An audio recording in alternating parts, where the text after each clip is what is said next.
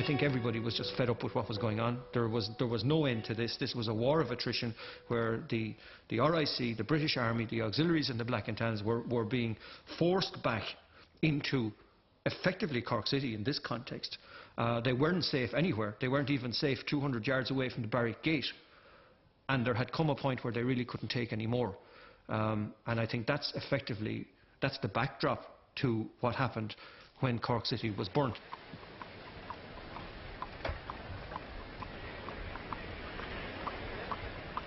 In December 1920, the War of Independence had been raging for 2 years and Cork City was in the eye of the storm. There were nightly attacks on the Royal Irish Constabulary and the British Army by the Irish Volunteers, and there were also operations being conducted by the British security forces against the Irish Volunteers. And bearing in mind it was also Christmas time, so by day it would have been quite usual to see the people preparing for Christmas, doing their Christmas shopping. Patrick Street would have been busy, Roach's stores, Grant's, Cash's, they all would have been doing their Christmas trade. But once dark came, the streets cleared.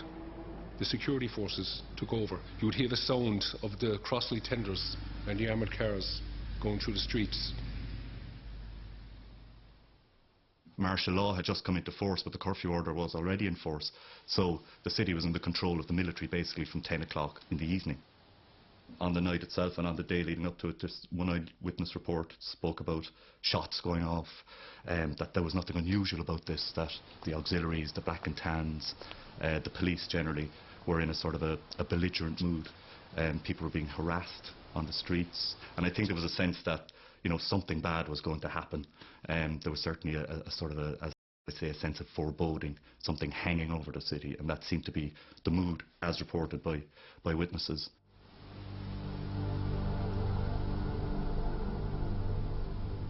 In the 12 days following the Kilmichael ambush, Cork braced itself for the auxiliaries' reprisal.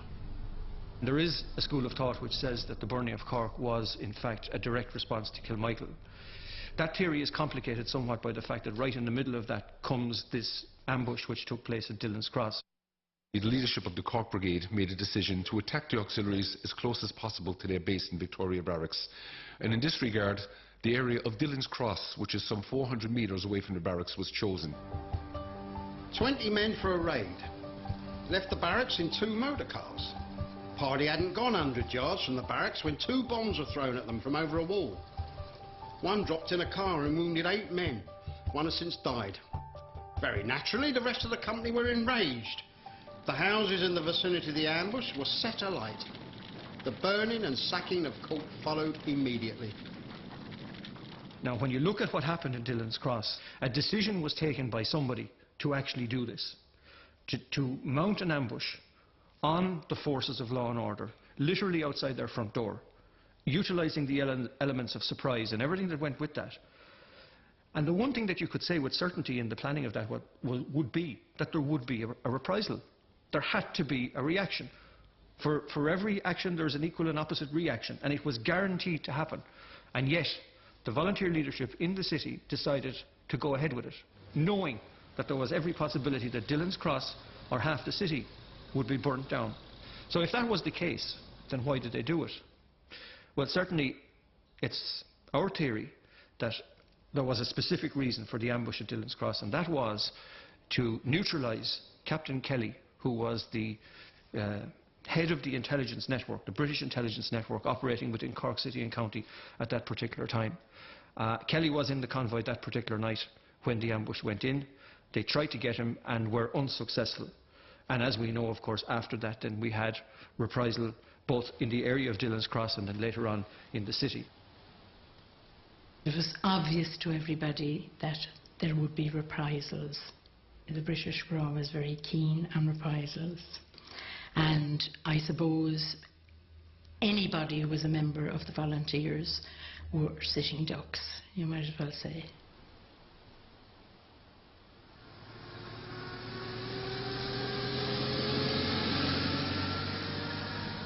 At approximately 9:30 p.m, lorry loads of auxiliaries left Victoria Barracks and made their way towards Dillon's Cross and proceeded to burn a number of homes in that area. While I was at Dillon's Cross under threat of being shot, I saw an ordinary Tommy bringing a bat full of paraffin or petrol and throwing the contents onto Brian Dillon's house, which was burning anyway. I was saving my own house in the flames, and 2 members of the Crown Forces carrying revolvers jumped on me. I was dealt a severe blow in the face by one of them, causing me teeth to come through my upper lip. An auxiliary who was standing by the door followed us into the kitchen. He was a walking arsenal. Pockets bulging with bombs, and he says they were going to blow up the city.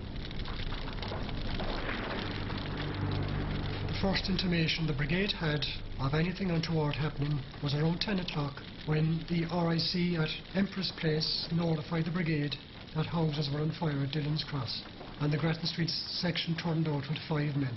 On going through Patrick Street, they noticed that Grant's department store was on fire, so they immediately stopped to tackle this fire, and they asked Sullivan's Key to notify the barracks that houses were on fire at Dillon's Cross and would the barracks send their engines, and their request was ignored. So effectively the houses at Dillon's Cross burnt out.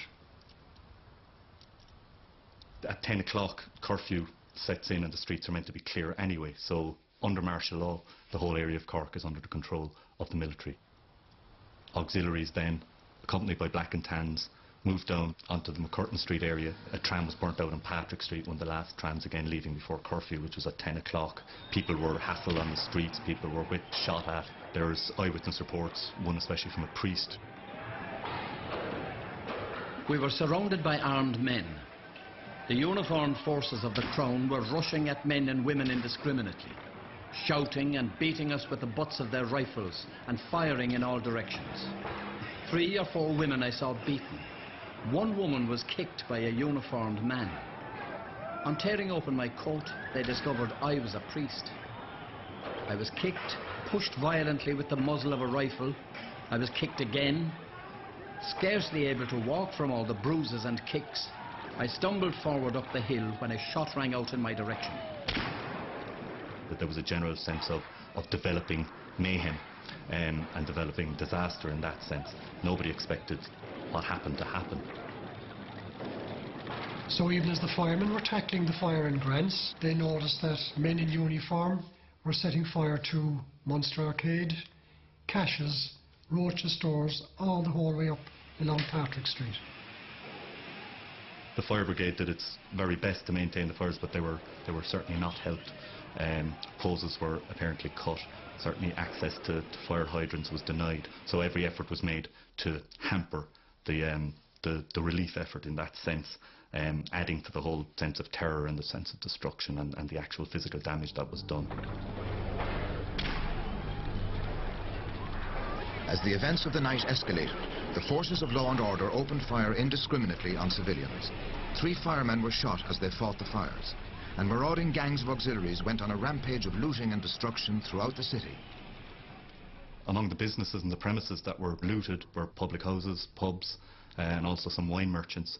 So there was a lot of drink involved as well, and you know that added to the sort of increasing madness of the night. So these guys were looting, they were up for it, they were burning, they were drinking, and you know this was really a sort of a whole occasion of mayhem.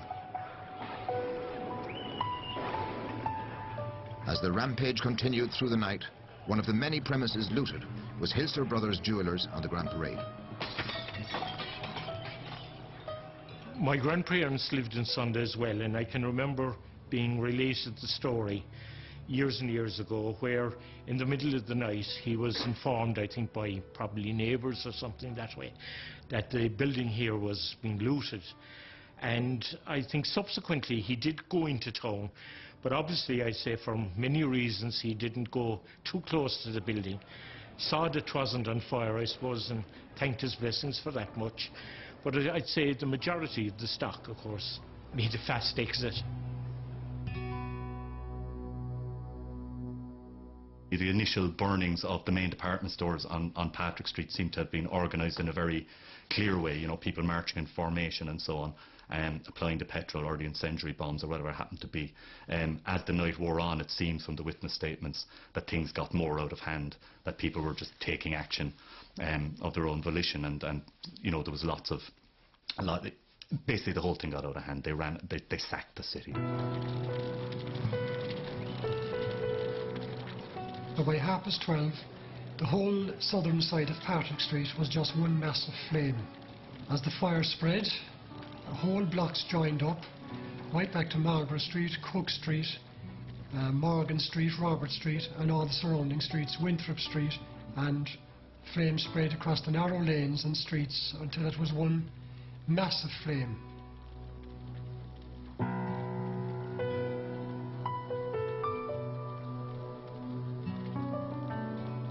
Later on in the night, then in the early hours of December the 12th, the fires, if you like, and according to British reports afterwards, it was strong winds and the fire spread to the City Hall, which of course was a very far distance away across the river in another part of the city altogether. Of course that was torched separately, and that was a very symbolic target, if you like.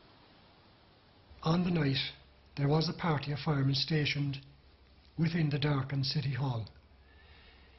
About 1:30 on the Sunday morning, these firemen heard men breaking into City Hall, and when they challenged them, they were fired upon and grenades were thrown in their direction.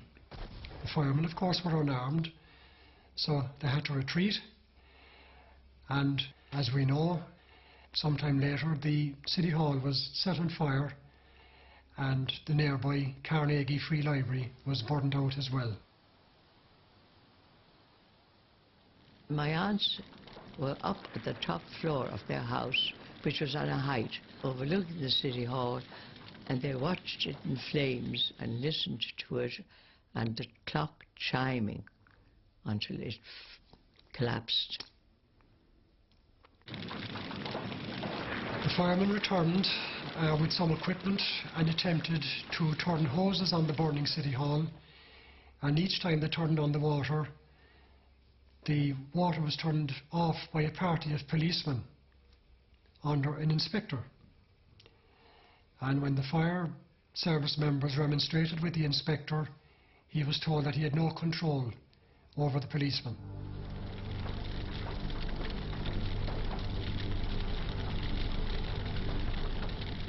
In the early hours of the morning, as the fires in the city blazed out of control, a death squad of black and tans made its way to the home of Con and Ger Delaney, 2 members of the volunteers.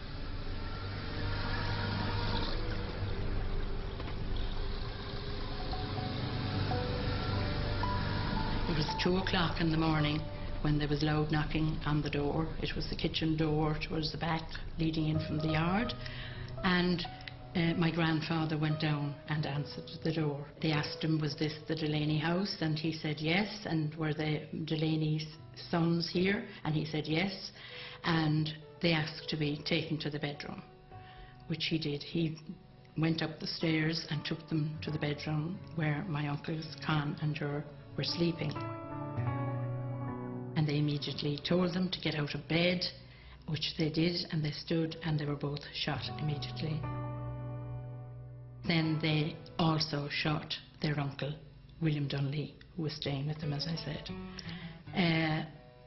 You can imagine the confusion in the house, the trauma. The girls were running in to see what had happened. They heard all the noise and the commotion, and they came in, one of them with a cross which she held to the lips of the dying Uncle Ger, and he died immediately.